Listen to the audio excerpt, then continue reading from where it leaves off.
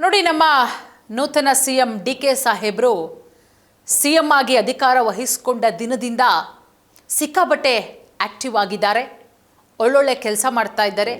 ರಾಜ್ಯದ ಜನ ಕೂಡ ಬಹಳ ಕ್ಯೂರಿಯಾಸಿಟಿಯಿಂದ ನೋಡ್ತಾ ಇದ್ದಾರೆ.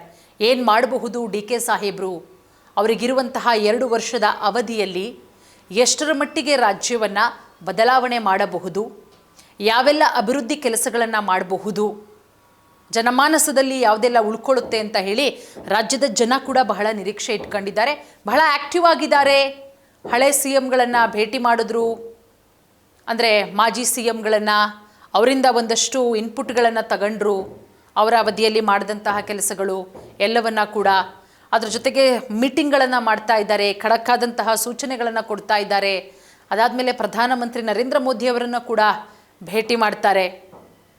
ಅದೆಲ್ಲದರ ನಡುವೆ ಸರ್ಕಾರಿ ಕಚೇರಿಯಲ್ಲಿ ಏನಾದರೂ ಲಂಚ ತಗೊಂಡ್ರೆ ಹುಷಾರು, phone number display, T V ಪೇಪರ್ಗೆ ಹಾಕ್ಬಿಡ್ತಾರೆ, ಹುಷಾರು.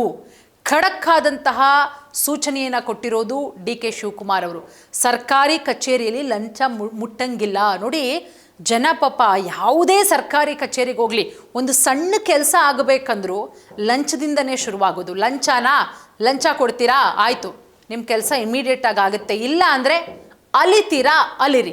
ಮನೆ ಕಚೇರಿ ಅಲ್ದು ಸುಸ್ತಾಗಬೇಕು. ಅದೇ ಲಂಚ ಕೊಟ್ಟವ್ರ ಕೆಲಸ 1 ಅವರಲ್ಲಿ ಮುಗಿದೋಗುತ್ತೆ. ಇಲ್ಲ ಅಂದರೆ 1 ವರ್ಷ ಆದರೂ ಆ ಕೆಲಸ ಕಂಪ್ಲೀಟ್ ಆಗಲ್ಲ. ಎಷ್ಟೋ ಸರ್ಕಾರಿ ಅಧಿಕಾರಿಗಳು ಸಿಕ್ಕಾಕೊಂಡ್ಬಿಟ್ಟಿದ್ದಾರೆ. ಸೊ ಹಾಗಾಗಿ ಮೊದಲನೇದಾಗಿ ಸರ್ಕಾರಿ ಕಚೇರಿಯಲ್ಲಿ ಲಂಚ ತಗೊಂಡ್ರೆ ಹುಷಾರು, phone number display. C M DK. Shivakumar ಅವರು ಖಡಕ್ಕಾಗಿ ಸೂಚನೆ ಕೊಟ್ಟಿದ್ದಾರೆ. ರಾಜ್ಯದ ಎಲ್ಲ ಜಿಲ್ಲಾಧಿಕಾರಿಗಳು, ಜಿಲ್ಲಾ ಪಂಚಾಯಿತಿ ಸಿಇಒಗಳು, ಜಿಲ್ಲಾ ಪೊಲೀಸ್ ವರಿಷ್ಠಾಧಿಕಾರಿಗಳೊಂದಿಗೆ ಇವತ್ತು ಪ್ರಗತಿ ಪರಿಶೀಲನಾ ಸಭೆಯನ್ನು ನಡೆಸ್ತಾರೆ. ವಿಧಾನಸೌಧದಲ್ಲಿ ಇವತ್ತು ನಡೆದಂತಹ ಪ್ರಗತಿ ಪರಿಶೀಲನಾ ಸಭೆ, ಈ ಎಲ್ಲ ಅಧಿಕಾರಿಗಳಿಗೂ ಕೂಡ ಡಿ.ಕೆ. ಶಿವಕುಮಾರ್ ಅವರು ಖಡಕ್ಕಾಗಿ ನಿರ್ದೇಶನವನ್ನು ಕೊಟ್ಟಿದ್ದಾರೆ. ಭ್ರಷ್ಟಾಚಾರ ಮುಕ್ತ ಸರ್ಕಾರ, ಅದೇ ನನ್ನ ಆದ್ಯತೆ, ಅದೇ ನನ್ನ ಉದ್ದೇಶ, ಅದೇ ನನ್ನ ಗುರಿ. ಭ್ರಷ್ಟಾಚಾರ ಮುಕ್ತ ಸರ್ಕಾರಕ್ಕೆ ನನ್ನ ಆದ್ಯತೆ. ಡಿ.ಕೆ. ಶಿವಕುಮಾರ್ ಅವರು ಸಂಬಂಧಪಟ್ಟಂಥ ಅಧಿಕಾರಿಗಳಿಗೆ ಖಡಕ್ಕಾದಂಥ ಸೂಚನೆ ಕೊಟ್ಟಿರೋದು. ಇಲ್ಲಿ ನನ್ನ ಯಾವುದೇ ವೈಯಕ್ತಿಕ ನಿರೀಕ್ಷೆಗಳಿಲ್ಲ, ಯಾವುದೇ ವೈಯಕ್ತಿಕ ನಿರೀಕ್ಷೆಗಳನ್ನು ಇಟ್ಕೊಂಡು ನಾನು ಬಂದಿಲ್ಲ. ಸರ್ಕಾರಿ ಕಚೇರಿಗಳಲ್ಲಿ ಲಂಚ ಮುಟ್ಟಂಗಿಲ್ಲ. ಭ್ರಷ್ಟಾಚಾರ ಮುಕ್ತ ಆಡಳಿತ ಮಾಡಬೇಕು. ರಾಜ್ಯದಲ್ಲಿ ಸ್ವಚ್ಛ ಪಾರದರ್ಶಕ ಆಡಳಿತ ಕೊಡಬೇಕು. ನಾವೆಲ್ಲ ಒಂದೇ ಟೀಮ್ ಅನ್ನುವಂತೆ ಕೆಲಸ ಮಾಡಬೇಕು. C M DK. ಶಿವಕುಮಾರ್ ಅವರು ಹೇಳಿರೋದು. ಫೋನ್ ನಂಬರ್ ಡಿಸ್ಪ್ಲೇ, ಪ್ರಗತಿ ಪರಿಶೀಲನಾ ಸಭೆಯಲ್ಲಿ ಅಧಿಕಾರಿಗಳಿಗೆ ಪ್ರಮುಖ ಸೂಚನೆಯನ್ನು ಕೊಟ್ಟಿದ್ದಾರೆ ಡಿ.ಕೆ. ಶಿವಕುಮಾರ್ ಅವರು. ಭ್ರಷ್ಟಾಚಾರ ಮುಕ್ತ ಸರ್ಕಾರ ನನ್ನ ಆದ್ಯತೆ ಅಂತ ಹೇಳಿರೋದು.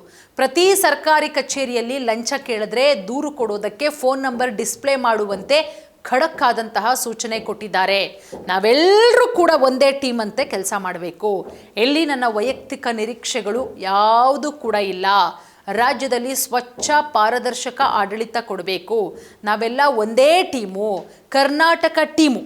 ಆ ಟೀಮು, ಈ ಟೀಮು, ಡಿ.ಕೆ. ಟೀಮು, ಸಿದ್ದರಾಮಯ್ಯ ಅವ್ರ ಟೀಮು, ಮತ್ತೊಂದು ಟೀಮು, ಮಗದೊಂದು ಟೀಮು ಅಲ್ಲ.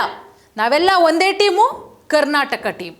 ಈ ಕರ್ನಾಟಕ ಟೀಮ್ ಆಗಿ ನಾವೆಲ್ಲ ಕೆಲಸ ಮಾಡಬೇಕು, ಡಿ.ಕೆ. ಶಿವಕುಮಾರ್ ಅವರು ಹೇಳಿರೋದು. ಇದೇ ವೇಳೆ ಮಳೆ ಬಗ್ಗೆಯೂ ಕೂಡ ಮಾಹಿತಿ ಪಡ್ಕೊಂಡಿದ್ದಾರೆ.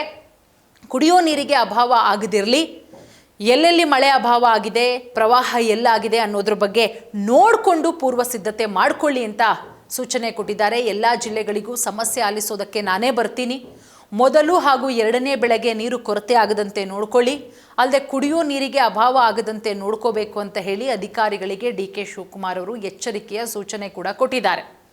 ಅದರ ಜೊತೆಗೆ 2764 ಉಚಿತ ಬಸ್ ಪಾಸ್ ವಿತರಣೆ 2 ದಿನದಲ್ಲಿ, ಒಟ್ಟು 2764 ಉಚಿತ ಬಸ್ ಪಾಸ್ ವಿತರಣೆ ಆಗಬೇಕು. ಜೂನ್ 12ರಿಂದ 12ನೇ ತಾರೀಕು 821 ಉಚಿತ ಪಾಸ್ಗಳ ವಿತರಣೆಯಾಗಿದೆ. 13ನೇ ತಾರೀಕು 1943 ಉಚಿತ ಪಾಸ್ಗಳ ವಿತರಣೆ ಸೇರಿ KSRTCಯ 4 ವಿಭಾಗಗಳಿಂದ 2764 ಉಚಿತ ಬಸ್ ಪಾಸನ್ನು ವಿತರಣೆ ಮಾಡುವಂತೆ ಸೂಚನೆಯನ್ನು ಕೊಡಲಾಗಿದೆ.